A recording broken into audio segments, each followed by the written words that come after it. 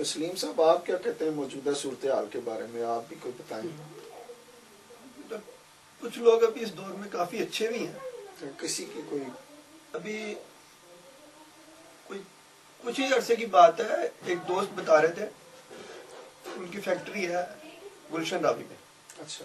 تو وہ بتا رہے تھے کہ ہمارے دوست ہیں وہ بہت اللہ والے ہیں، بزرگ ہستی ہیں.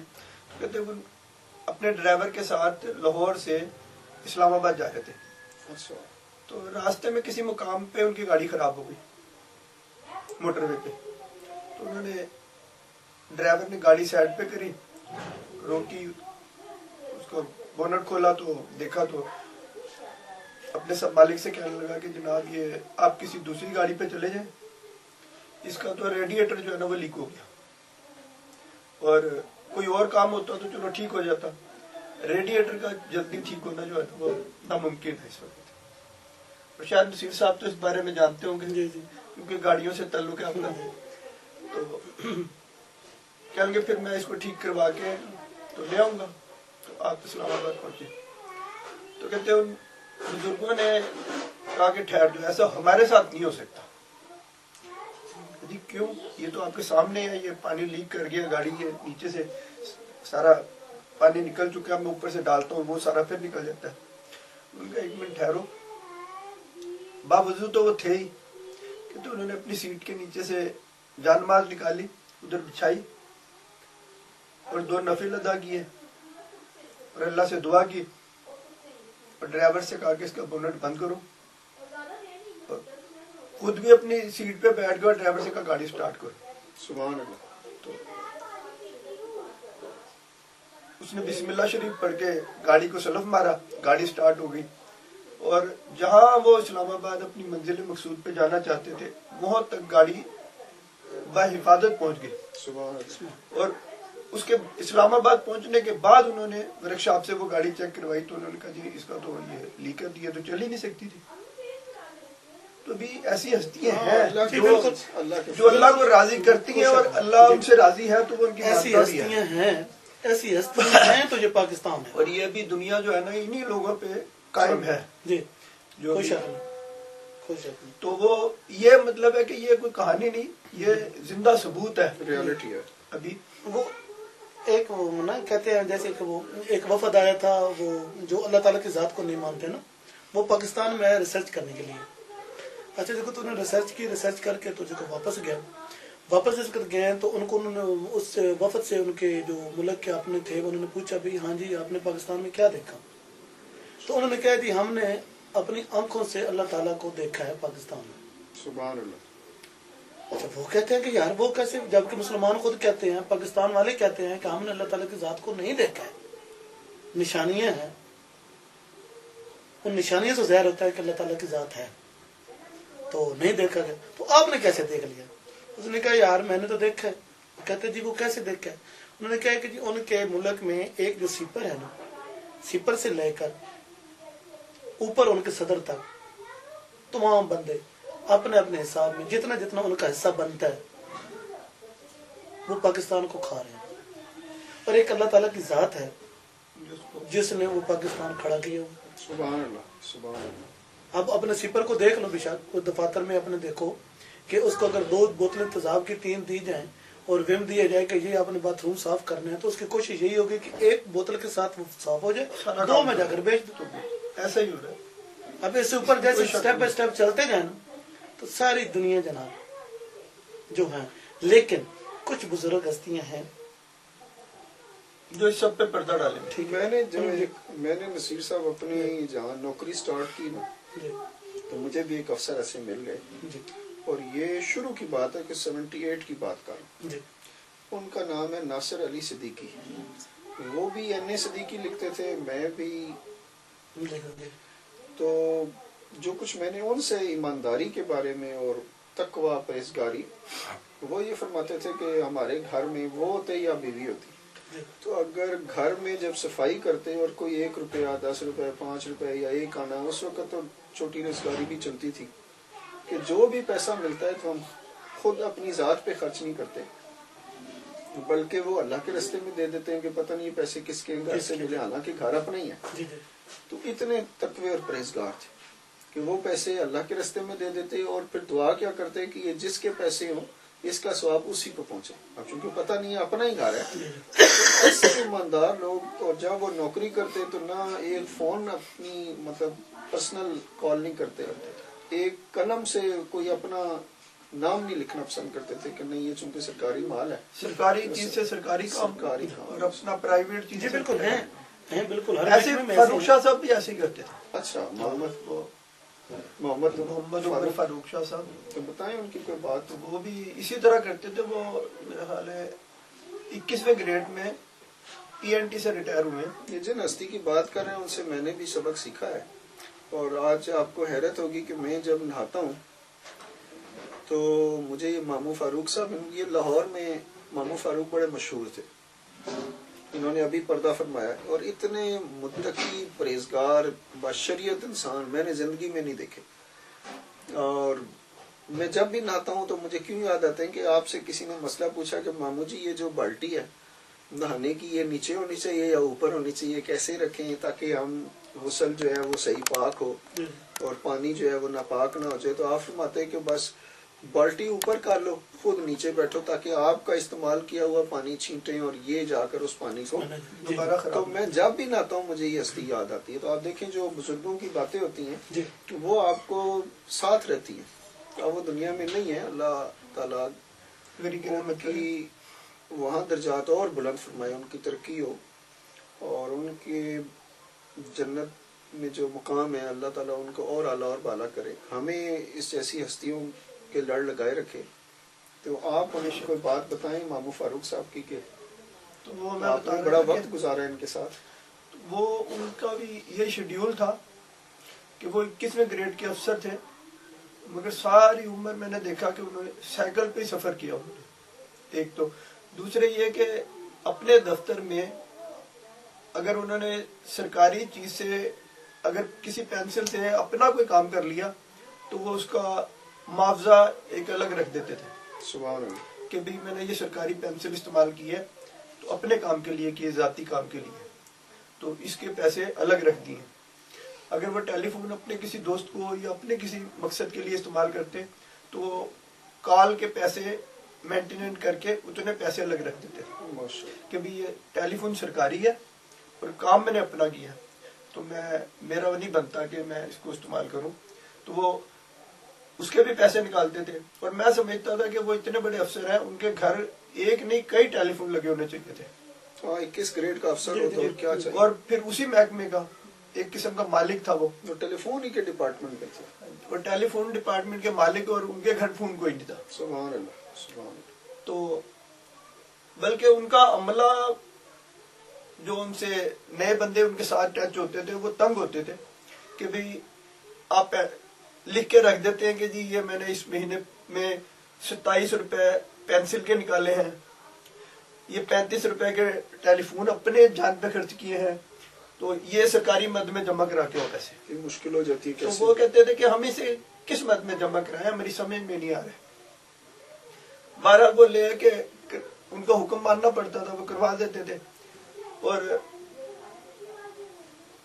میں نے کئی دفعہ ان سے پوچھا کہ میں نے کہا شاہ صاحب آپ چھوٹی موٹی کوئی گاڑی رکھ لیں, ویسے تو آپ کو الاؤڈ ہے کہ آپ کو سرکار گاڑی دے گی. تو وہ کہتے تھے کہ نہیں, سائیکل پہ 2 کام پورے ہو جاتے ہیں.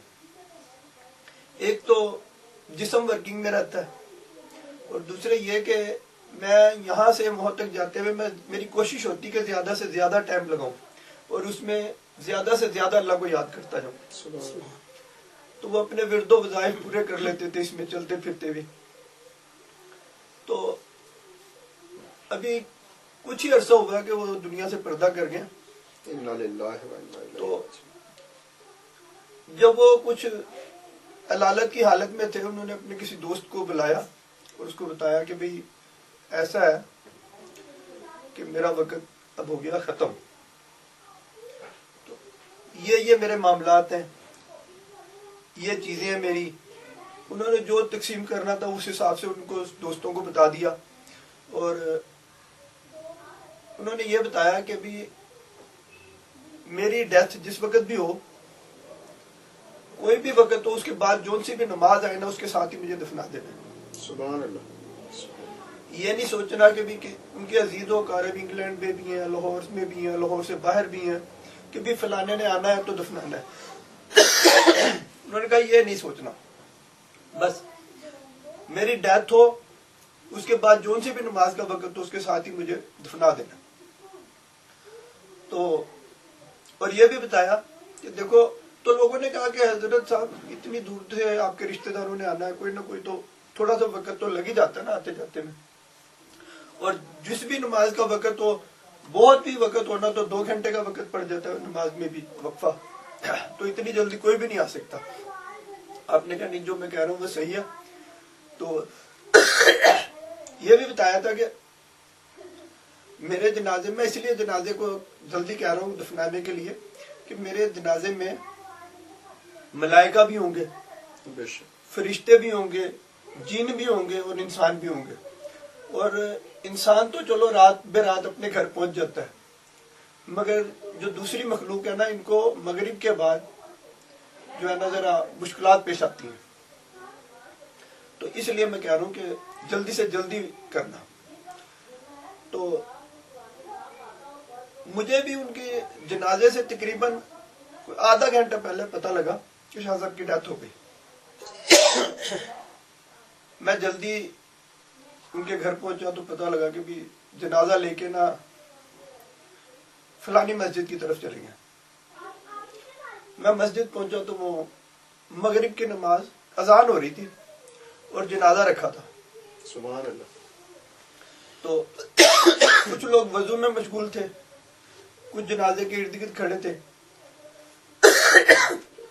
جنہوں نے نماز پڑھنی تھی وہ نماز کی تیاریوں میں تھے, جنہوں نے نہیں پڑھنی تھی وہ ایسے کھڑے ہوئے تھے.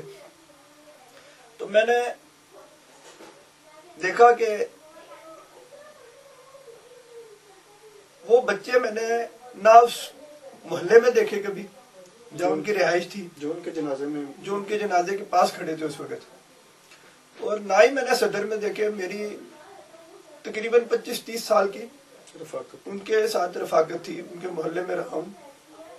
چند ہی سال ہوئے کہ میں ان سے کچھ دور ہوا ہوں. تو وہ میں نے دیکھا کہ ان کے سرہانے کھڑے ہیں ایسے, ایک بچہ دائیں کھڑا ہے, ایک سرہانے کھڑا ہے, ایک بائیں کھڑا ہے, اور ایسے نا ان کے ہاتھ میں نا ایسے جیسے کوئی بڑی نایاب سی چیز ہے, اور اس سے وہ اس کو پنکھا کر رہے ہیں, یا مکھی اڑا رہے ہیں یا پنکھا کر رہے ہیں. اور بڑے خوبصورت بچے. اور انہوں نے یہ بھی بات کی تھی کہ بھی مرنے کے بعد کوئی خاتون میرا چہرہ نہ دیکھے. سبحان اللہ. تو کیونکہ میری وائف بھی میرے ساتھ گئی تھی, تو وہ انہوں نے کوشش کی کہ بھی میں فاروق شاہ صاحب کا نا چہرہ دیکھوں. تو ان بچوں نے وہیں سے ہاتھ کھڑے کر دیے, بھی کوئی 40-50 قدم دور ہی تھی, کہ بی بی آپ ادھر ہی رک جائیں. شاہ صاحب نے چہرہ دیکھنے کو منع فرمایا, تو میری گھر والی پیچھے رک گئی, اور انہوں نے بھی یہ سارا منظر دیکھا کہ وہ بچے اتنے خوبصورت اور ان کو پنکھا کر رہے ہیں, اور جبکہ مکھی کا کوئی ٹائم بھی نہیں ہے, مغرب کا وقت ہے. جو مامو فاروق صاحب کی بات کر رہے ہیں, چونکہ ظاہر ہے یہ فتوے بھی عنایت فرماتے تھے اور فیصلے بھی فرماتے تھے, اور قرآن اور سنت کے علاوہ بات نہیں کرتے تھے, نگاہ ہمیشہ نیچے رکھتے تھے. کچھ معاملات ایسے ہوتے ہیں جو شیئر کرنا ضروری سمجھتا ہوں میں آپ سے سلیم صاحب کے حوالے سے, کہ ایک دفعہ میں نے بینک میں جوائن کر لیا, اور میں بڑا خوش ہوا کہ میں بینکر بن جاؤں گا اور میں امیر ہو جاؤں گا. اور تو میں نے مامو فاروق صاحب کو خط لکھا اسی خوشی کا کہ بھئی میں اب بینک میں آ گیا اور میری تو موج لگ گئی ہے. تو اس خط کے آنے اور جانے میں مامو جی کا بس مجھے جواب آ گیا کہ آپ چاہے بینک کے چیف بھی لگ جائیں تو ہماری شریعت کے مطابق بینک کی نوکری کرنا حرام ہے کسی بھی حوالے سے, چاہے آپ مزدوری کریں چاہے کچھ کریں, چونکہ وہ جو تنخواہیں دی جاتی ہیں وہ آپ کو ملتی ہیں سود کے پیسوں سے. انٹرسٹ سے آتی ہیں وہ چاہے تو دس از آل حرام فار اس.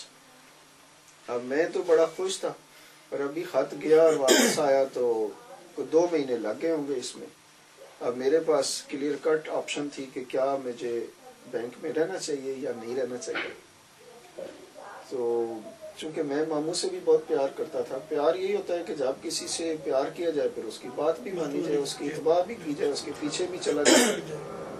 تو میں نے پھر ریزائن کر دیا. تو جو بینک کے چیف تھے اور جو کرتے دھرتے تھے وہ ریزن پوچھتے کہ آپ ابھی تو آئے تھے اور ابھی اتنے اچھے بڑے اعلیٰ کام پہ لگے تھے. تو میں نے انہیں کو ریزن پیش نہیں کی چونکہ ظاہر ہے میرا تعلق ماموں جی کے ساتھ ہے, ماموں جی کا تعلق اللہ کے ساتھ ہے. تو میں پریفر کرتا تھا کہ ان کی انسلٹ بھی نہ کی جائے, انہیں یہ بات بتائی بھی نہ جائے کہ میں اس لیے چھوڑ رہا ہوں کہ بینک کی نوکری کرنا حرام ہے. تو میں نے بہرحال اپنی پرسنل ریزن دے کر کہ میں یہاں نہیں کر سکتا نوکری, تو میں نے بینک چھوڑ دیا. اور اتفاق کی باتیں کہ جس بیچ میں گیا تھا وہ ظاہر ہے اور بھی لوگ اسی بیچ میں بھرتی ہوئے تھے. تو جب اب ایک دوست میرا ملا ریٹائرمنٹ کے بعد, اب اس کی ریٹائرمنٹ ہو گئی بینک کے بعد, تو میرے پاس آ گیا غلطی سے. تو میں نے ایک کاغذ اس کے سامنے رکھا کہ نذیر صاحب یہ پڑھیں.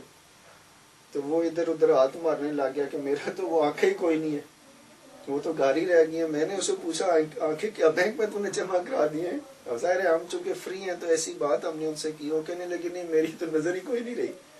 تو میں نے اس کو بتایا کہ دیکھو بینک میں نے بھی چھوڑا, آپ نے نہیں چھوڑا. حالانکہ میں نے یہ بات آپ کو دوست ہونے کے ناطے بتا دی تھی کہ بینک میں کام کرنا از ٹوٹلی حرام according to the Islamic rules and regulations. تو لیکن آپ نے جاری رکھا, آپ دیکھ لو.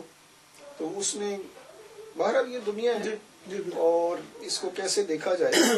لیکن جو میں سمجھتا ہوں کہ سودی نظام کو پروموٹ کرنے میں جتنا ہم نے ساتھ دیا ہے, کوئی بھی غلط کام ہے جو ہمارے ملک میں ہو رہا ہے اس کو ہم ہی پروموٹ کریں. اگر ہم مسلمان اس بات کو سمجھتے اور بینکوں میں جاب ہی نہ کرتے تو یہ سودی نظام پھیلتے ہی نہیں. آج ہم ایسے ہی مطلب انڈائریکٹ اور ڈائریکٹلی سارے سودی مطلب نظام کے ماتحت زندگی گزار رہے ہیں. تو اللہ تعالیٰ فرماتے ہیں کہ جس نے اس کام میں ہاتھ ڈالا اس نے مجھ سے جنگ اعلان جنگ کیا. تو یہ ماموں جی کی مہربانی کہ انہوں نے مجھے خط لکھا کہ بھئی یہ کسی بھی لحاظ سے جائز نہیں اور آپ چھوڑ دیں, اور میں نے ماموں جی کی بات مانی تو آج آپ کے سامنے بیٹھا ہوں.